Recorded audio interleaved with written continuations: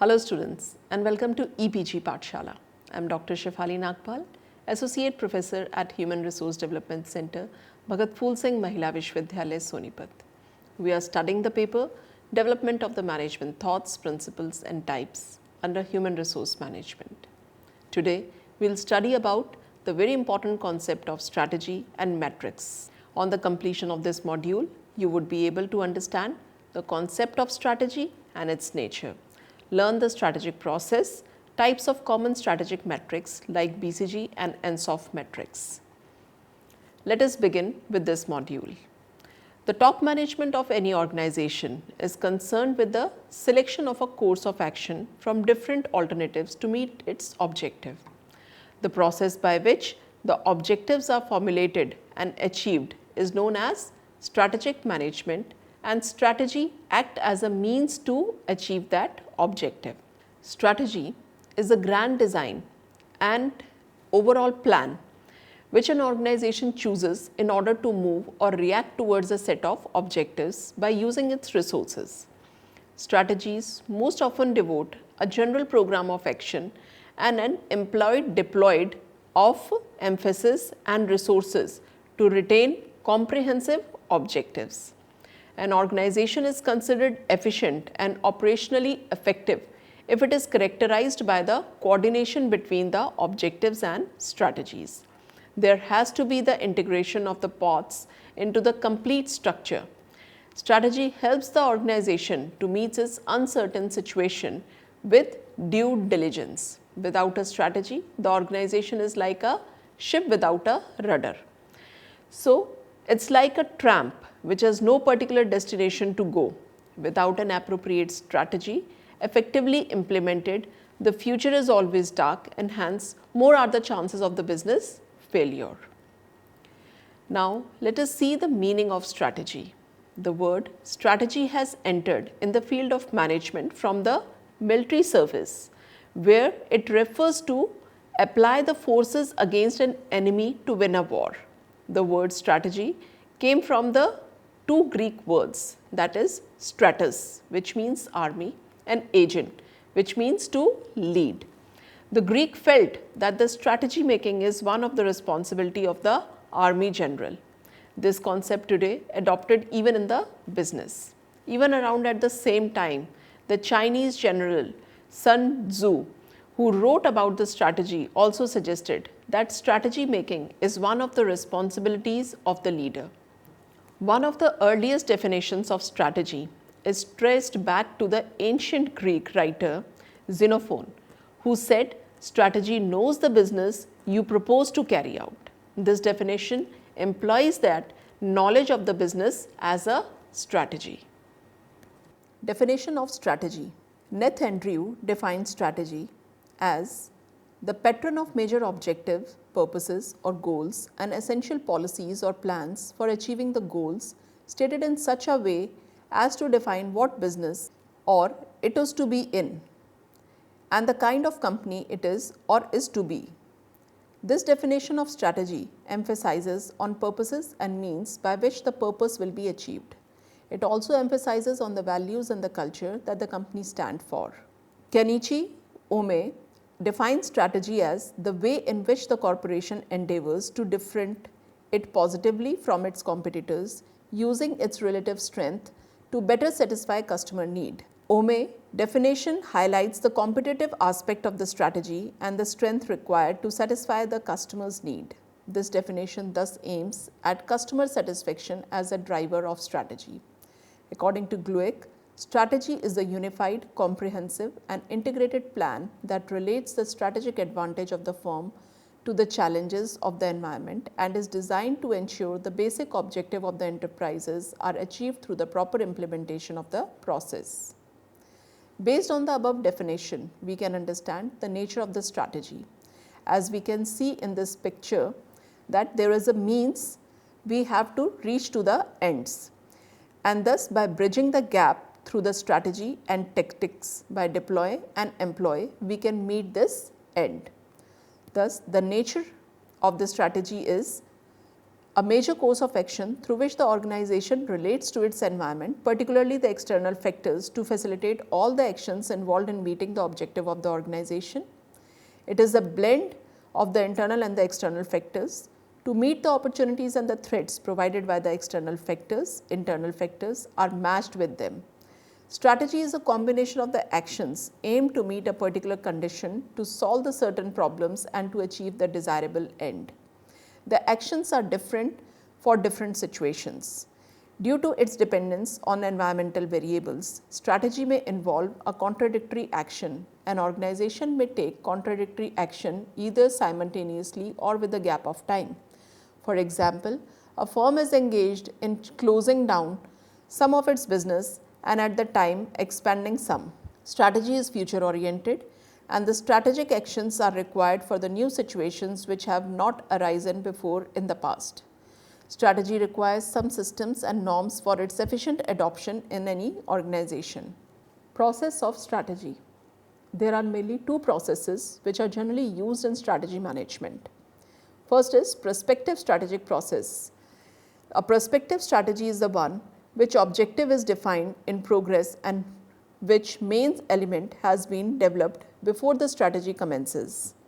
Such an approach usually starts with an analysis of outside environment and resources of the company.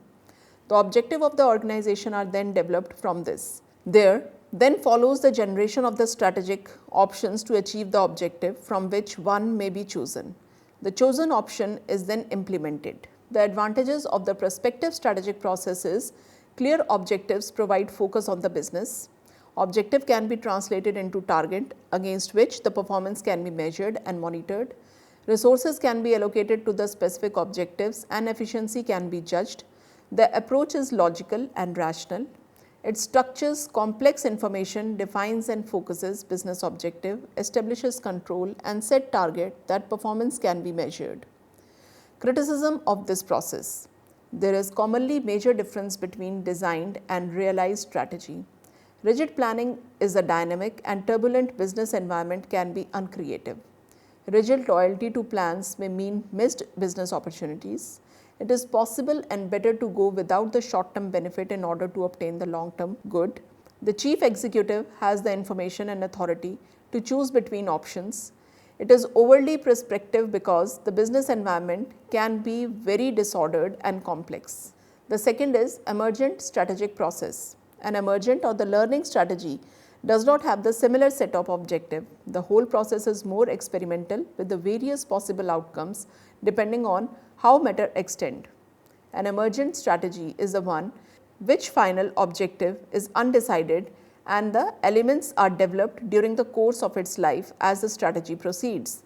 Thus, the early stages of the emergent strategy may be similar to the prospective strategy, analysis of the environment and resources, but then the process becomes more round, knowledge and experimental. The advantages of the emergent strategic process is emergent strategy increases the flexibility in a chaotic environment, allowing the business to respond to pressure and develop opportunities. Changing stakeholder connection can mean that strategy is often of necessity emergent. Consistent with the actual practice in organization, motivation issue of customer is considered. Experimentation allows to take place of strategy, opportunity for inclusion of culture and politics of organization. Criticism of this process. There is a danger of strategic drift as objectives is not clear. It is more difficult to assess performance as targets are less well defined. Impracticable to expect board members to allow business to function without objectives. Group resources needed to be allocated between demands of competing operating companies. Abdicates responsibilities for final decision by involving political groups and individuals. And then other is remove the aspect of the rational thinking from the decision making. Strategy and the BCG matrix. BCG matrix was given by the Boston Consulting Group and is popularly known as Boston or growth share matrix. It is a 4-quadrant matrix with market growth rate on y-axis and market share on x-axis. It is most renowned corporate portfolio analysis tool used since 1968 to gain insights on which product companies should capitalize according to the market share. Using the matrix to strategize. Now that you know where each business unit or the product stands, you can evaluate them objectively. In an article on Marketing 91, the author Hitesh Bhasin outlines 4 potential strategies that you can follow based on the results of your BCG matrix analysis. First is build. Increase the investment in the product to increase its market share. For example, you can push a question mark into the star and finally a cash cow. Second, hold. If you can't invest more into a product, hold it in the same quadrant and leave it to be. Third is harvest. Reduce your investment and try to make maximum cash flow from the product, which increases its overall profitability. That is best for the cash cows. Fourth is divest. Release the amount of the money already stuck in the business. That is the best strategy for the dogs. The continual search for the new organization form is driven as the basic change in the nature of the competition and economy. First, advantage today is derived less from the management of the physical and financial assets and more from how well companies align such intangible assets as knowledge workers, R&D and IT to the demands of their customers. Second, the opportunities and the challenges that globalization afford are forcing companies to revisit many assumptions about the control of management of both their physical and their intangible assets. Today, computers companies, for example, can manufacture component in China, assemble them in Mexico, ship them to Europe and service the purchaser from the call centers in India. This dispersal creates demands for the new structure to align internal and outsource unit around the world. Let us now discuss some of the limitations of this matrix. There are some limitations to the use of this popular matrix as well. These limitations mean a decline in one's extensive use of this tool. These include, first, market growth is one of the many factors that determine the industry attractiveness, and relative market share is only one of the many factors that determine competitive advantage. This metric does not take into account any other factors that may have a bearing on both industry attractiveness and competitive advantage. Second, there is an underlying assumption that the business unit are operating in isolation in relation to each other. In reality, a dog may be helping another unit gain a competitive advantage, for example. Third, the definition of the market is taken into account is in the broad sense. This fails to take into account the different situations, such as business unit that is dominating a niche but is overall less dominant in the larger industry. The way a market is defined in such an instance may change its definition from the dog to a cash cow. Now see the benefits of this matrix. It is easy to perform. It helps us to understand the strategic positions of the business portfolio. It is good starting point for furthermore thorough analysis. Growth share analysis has been heavily criticized for its oversimplification and lack of the useful application. Following are the limitations of this analysis. First is, business can only be classified in the 4 quadrants. It can be focusing to classify an SBU that falls right in the middle. It does not define what market is. Businesses can be classified as cash cows while they are actually dogs or vice versa. It does not include other external factors that may change the situation completely. Next is, market share and industry growth are not the only factors of profitability. Besides, high market share does not necessarily mean high profits. Another is, it denies the synergies between different units that exist. Dogs can be as important as cash cow to the business if it helps to achieve the competitive advantage for the rest of the company. ANSOF metrics. As a part of larger strategic planning initiative, ANSOF metrics is a communication tool which help you to see the possible growth strategies for your organization. The hard work is in selecting one of the 4 ANSOF growth strategies. An ANSOF metrics, sometimes referred to as ANSOF growth metrics or ANSOF's metrics, has its roots in the paper written in 1957 by the Igor Ansoff. In the paper, he proposed that the product marketing strategy was a joint work of the 4 growth areas, that is market penetration, second, market development, third, product development, Fourth, diversification. When displayed usually, these four areas create the ENSOF growth matrix as displayed in the figure. Market penetration. This first quadrant in the ENSOF matrix is the market penetration. It is often adopted as a strategy when the organization has an existing product with the known market and needs growth strategy within the market. The best example of such a scenario is the telecom industry. Most telecom products exist in the market and must cater to the market. In such cases, competition is intense. This means in order to grow, the organization may have to go out of its way to increase the market share. Market development. It is a second market growth strategy in the ENSOF matrix. This strategy is used when the firm targets a new market with existing product. There are several examples. These include leading footwear firms like Adidas, Nike, Reebok, which have entered the international market for expansion. These companies continue to expand their brands across the new global markets. That's a perfect example of the market development. For a smaller enterprise, this strategy entails expanding from a current market to another market where its product does not currently compete. Product development. The product development in the ENSOF market refer to the firms which have a good market share in an existing market and therefore might need to introduce new product for expansion. Product development is needed when the company has a good customer base and knows that the market for its existing products has reached saturation. In this case, market penetration strategy is no longer practical. A new product development strategy that caters to the existing market is a better approach. Diversification. The diversification strategy in the ENSOF matrix applies when the product is completely new and is being introduced into the new market. An example of the diversification is Samsung. It began as a trading company, later expanding into insurance, security and retail. Today, it is mostly known for its electronic division. This group initially started with one product, black and white television set. It entered the telecom market in 1980s, developing telephone switchboards and then later into the telephone, fax machines, mobile phones. Samsung now has a market presence in the diversified global set of business including semiconductors, appliances, cameras, watchmaking, apparel, music services, cloud computing and home automation. The test requirement matrix is a table where the requirement descriptions are placed in the rows in the table. The description of the efforts of the test are put in the header of the column of the table. The test matrix of the requirement is a project management device for monitoring and managing the efforts of the evidence based on require throughout the project life cycle.